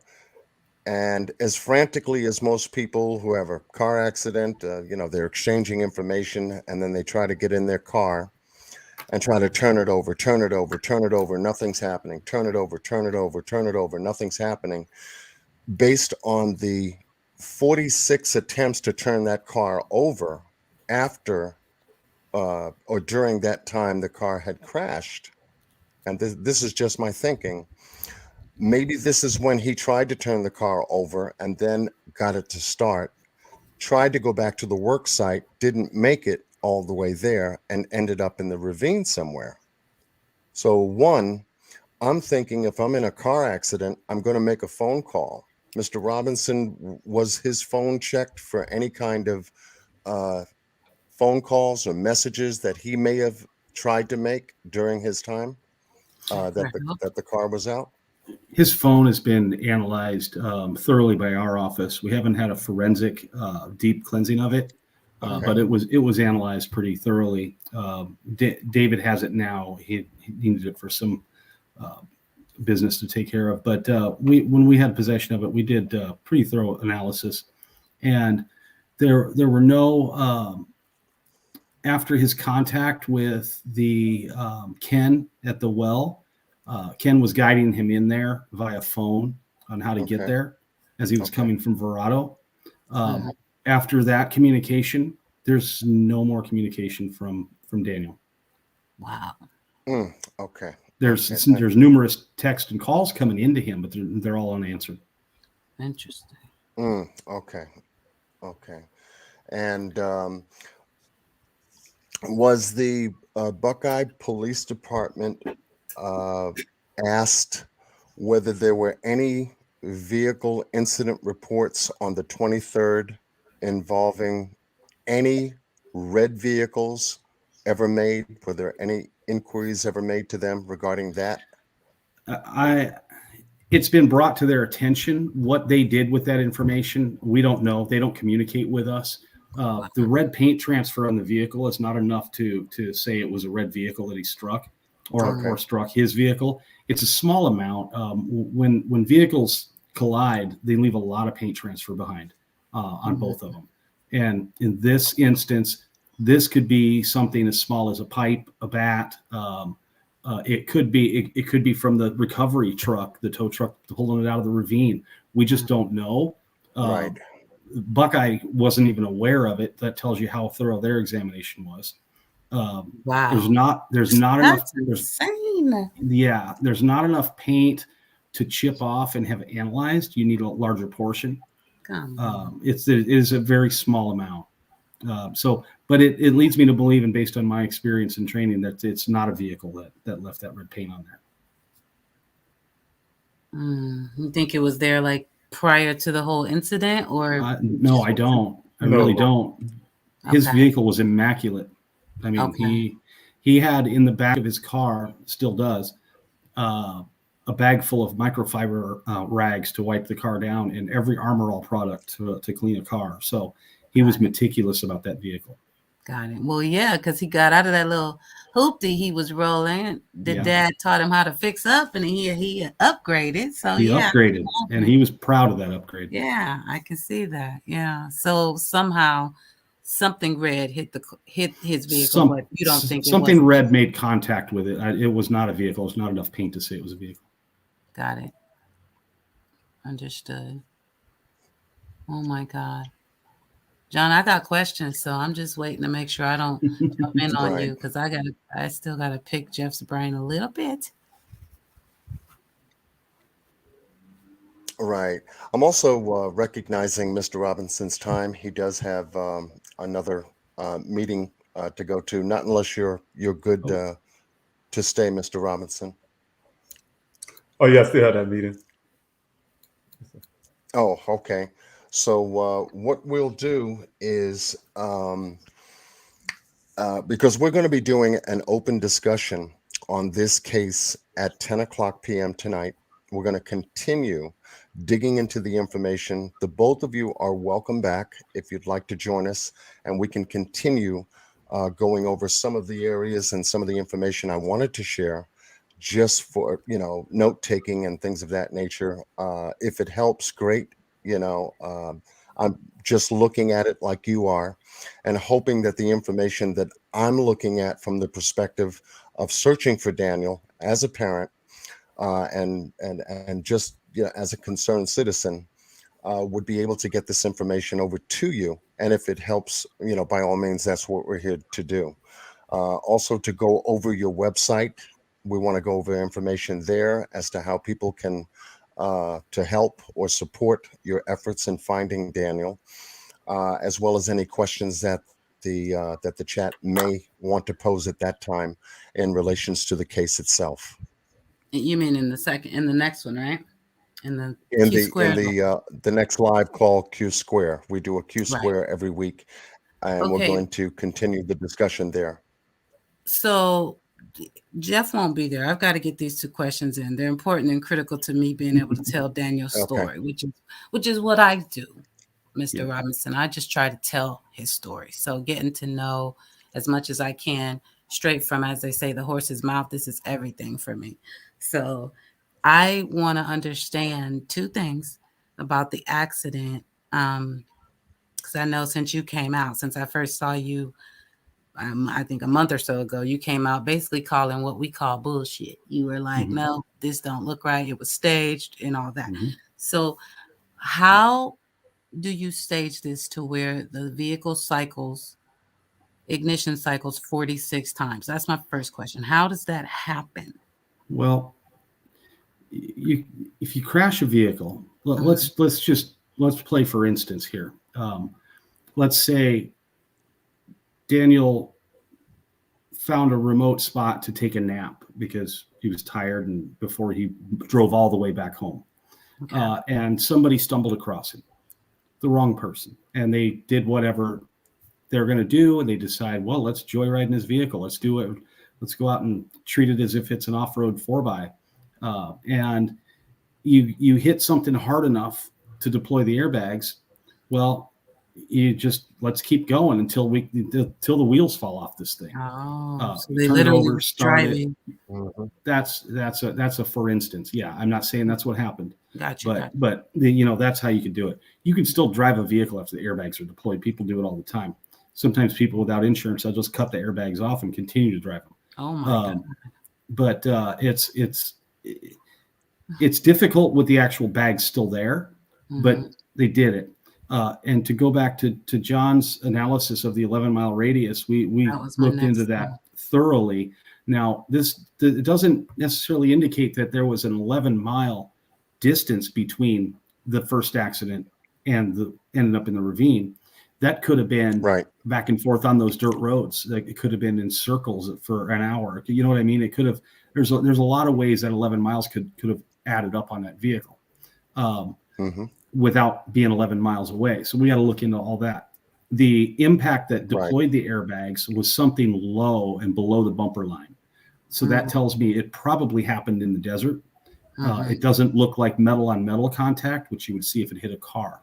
It's enough force. Let's say if you tried to jump the vehicle and you came down and you landed on the nose, the passenger side nose of the vehicle, it's going to buckle it up and under. It's similar to that type of damage. This is all not characteristics of how Daniel would have been driving this vehicle. Right. So that's how you get the 11 miles of 46 ignition cycles, and then end up, once it hits the ravine, it's on its side down there. It's, if you're at that point, if you decide to just mess with this vehicle, you're done. You can't get it out. It's stuck now. So could you be just in the ravine trying to could it be just still churning, like the wheels still spinning? And that's we looked into that, and once it was on its side, the fluids start to drop out. It couldn't run enough to add 11 miles up on there. So the engine install. Okay, yeah. So all of that physically happened. Yeah, and we know it was towed from the scene, but it was put on the back of a flatbed, so it wasn't rolled. So that eliminates any tow after the fact. The Buckeye Police Department was not aware of the 11 miles. As a matter of fact, they asked me to send them a picture of the odometer because they hadn't seen it. Wow. Yeah, I saw your news interview where you had to correct a few things that they had been informed of from that data. It was night and day. I keep correcting them. If you look at their experts analysis, I mean, I could put it up, right next to the actual data, the black box data report, and show you how completely wrong and backwards that analysis is. It's not possible, which also tells me that their expert never actually went out there and stood on that ground and looked around, because the trajectory, he has this computer image of the vehicle going down into that ravine, is not possible. It's just not physically possible. Not even in the best of off-road 4x vehicle is it even possible. So that's wrong. He said he found an expert with Jeep that says the 11-mile discrepancy is common. It happens all the time. I've talked to numerous engineers, and one of them is an expert for General Motors, and they said, no, that never happens. I've been doing accident reconstruction since 2004. I've never seen that discrepancy. Neither has anybody I've worked alongside with or against. This is a first. That would be a recall issue on the odometer. Yeah, I would definitely think so. Jeep would not allow that to be inaccurate. They're blowing too much smoke. I'm so sorry. They just wanted to rebut my findings, and I think because they dug themselves into such a hole, they're trying to get out. So what way to do that is to discredit me. Right. I don't think they're going to be able to do it. You're good. You're good. David, you picked a good one, David. Yeah, you got a good one, sir. You guys have to come back. Seriously. Oh, yeah, of course. We'd love to. Awesome. Yes. We'd love to. We can answer some of these questions I see coming up. Yeah, there's a lot of questions. If you have time, we are going to continue and talk to them and answer the questions in the chat in the next right after this. But if not, definitely let's do this again, and let's keep in touch, because we're going to get his story out, if not now. Yeah, I'd love to stick around. I don't know, David, I think I'm on with you on that next one, so I have to go. Okay, well, we'll set it back up. I'm like David's sidekick, so I have to go everywhere. I'm like John's sidekick, so see, it works out. There you go. Yeah. So what I'll do just in case. Yes, definitely. What I'll do just in case, I'll send you. Yeah, Okay. I'll send you guys the link to the next show. And if There you we can go. make it back, great. At least, you'll be there. And if you can't, I'll be in contact with Mr. Robinson. We'll pick a part 2. We'll pick a day, pick a time, and get it done. That's Yes, right. perfect. Because Daniel is Perfect. counting on us. Yep. Yes, he is. Yes, he is. Well, we got Absolutely. y'all's When- back out the next here. one Gentlemen, is, thank you you said so 10 much. o'clock tonight? Yep. Yes, 10 10 p.m. o'clock. That's tonight. Eastern time. Eastern. So that's I don't know Eastern where you time. are. Yes. 6, Now, that's 8 o'clock our time. 8 o'clock. Yeah, we're 2 hours behind you now. That's right. Mhm. Yeah, we'll see how the next one goes. And If you get free, just And we'll pop go into from the there. chat and let us know you're in there, and we'll drop the link. Just like that. Sounds good. Perfect. Cool. you. Thank you guys again. God bless you, David. Yes. We're gonna keep saying his Much name. love to you For and your real. family. We got your back. Thank you so Yeah. much. God bless you. Yeah, our pleasure. Bye, guys. Hopefully, see you Thank you later. all. Bye-bye. Yes. Bye. Take care. All right. Thank you, sir. I'll be back. Awesome. Yes. Okay. Very good. Yes, sir. All right, gentlemen.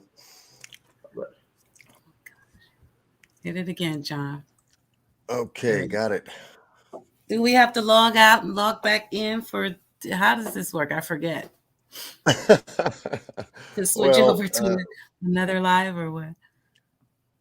for me, I'm just going to send you the link and everything. And then once the notifications go out, we'll be right back at Everybody 10 else. p.m.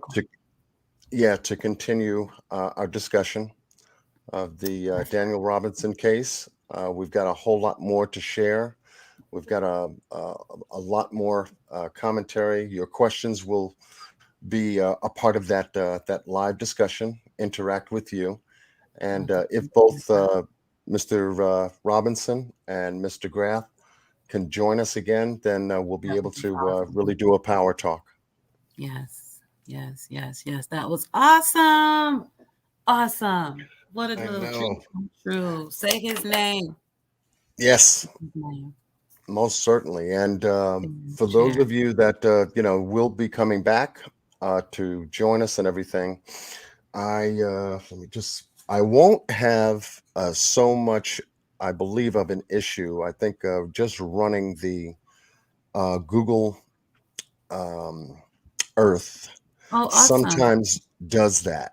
You're generating more stream power to try to get another stream done, just like the live stream we're on.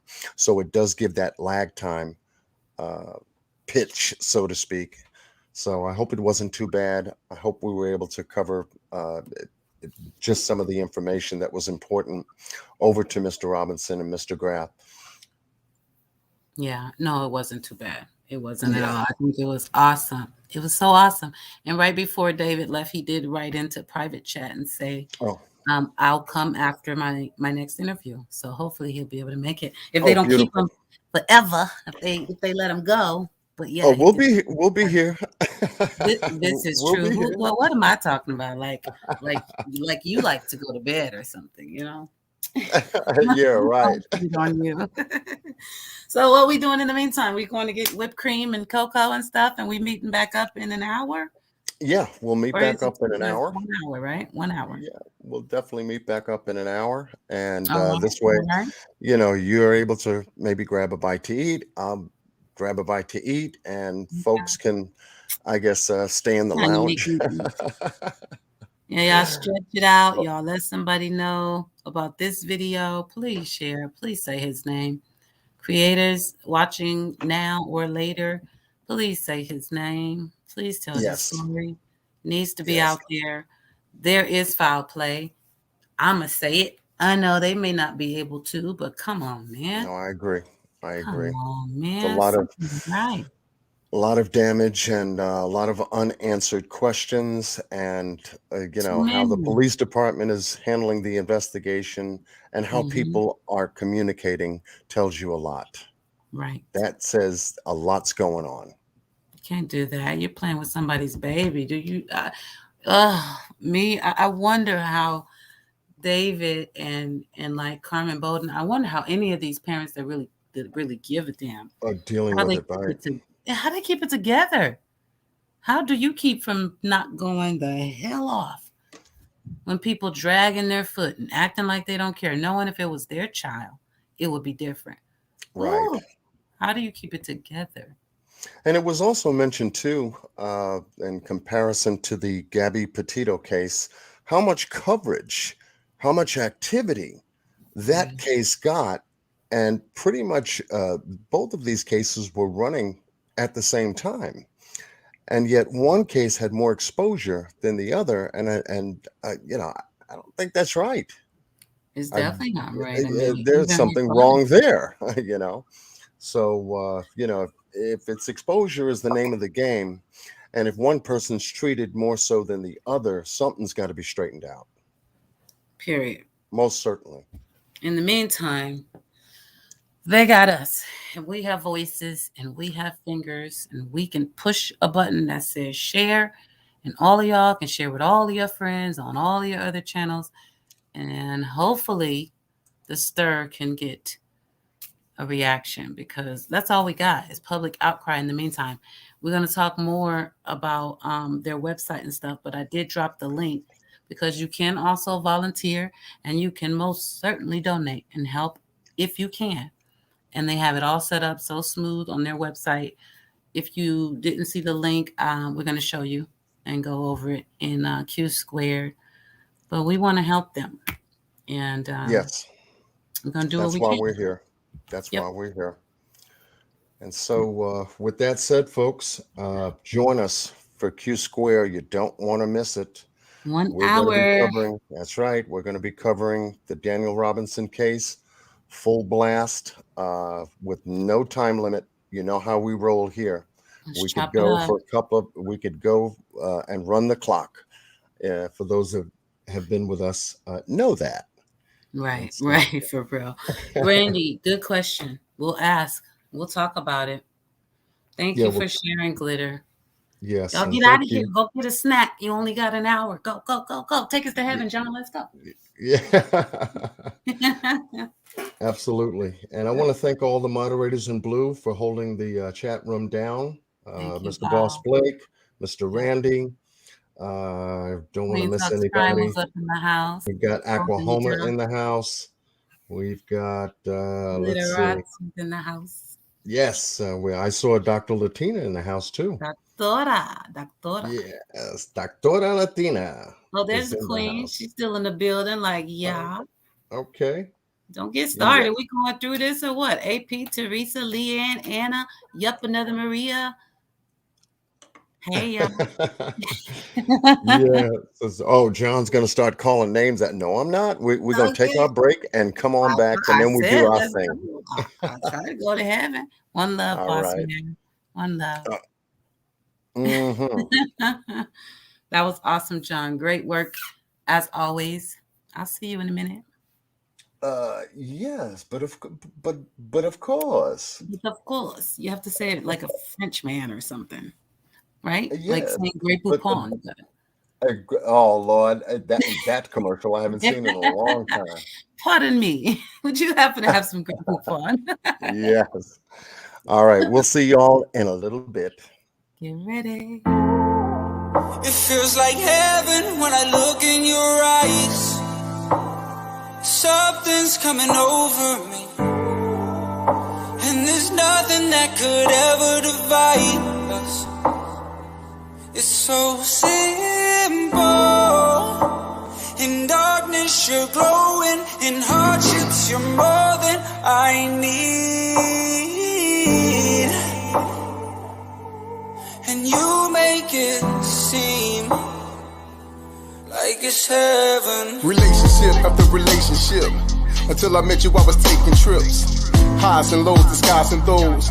Ill intent just to ride with hoes. Backseat love, it was meaningless. After crossing paths with you and seeing this, I must admit from my experience, had to slow it down, take it serious. Being with you is like heaven on earth. It's hard to evaluate knowing your worth. What's worse, being on a soul search to never have known love above that hurts. So every day above ground is a blessing. Life is a session, a school full of lessons. Every man ain't a man of impressions. Yet I'm pressing on for that I'm destined in life. As my stars align, I see me and you intertwined. The passion in my eyes still burn for you. I wonder if you're heaven sent too. It feels like heaven when I look in your eyes. Something's coming over me, and there's nothing that could ever divide us. It's so simple. In darkness you're glowing, in hardships you're more than I need. And you make it seem like it's heaven. In life, it's like there's a shortage on being real. So it's hard for me to tell you how I truly feel. Combining these emotions, I'm toting on this battlefield. Couldn't be a sad or display of zeal. Looking to the sky for some inspiration. Question why lie to my generation? Why deny what I'm carrying inside? Why choose to confuse what is on the rise? So I sit in the skies, all true confessions. I ain't gotta tell no lies. I ain't gotta break ties. Breaking the G code while looking in your eyes. I'm a man of my word, the plan is the surge. Gotta get past the curve. It's more than just an urge. It's more than physical, but got to calm my nerve. Hey. The need to be loved, to feel authentic trust in you. No confusion, hearts are fusing. I just need you to be true. It feels like heaven when I look in your eyes.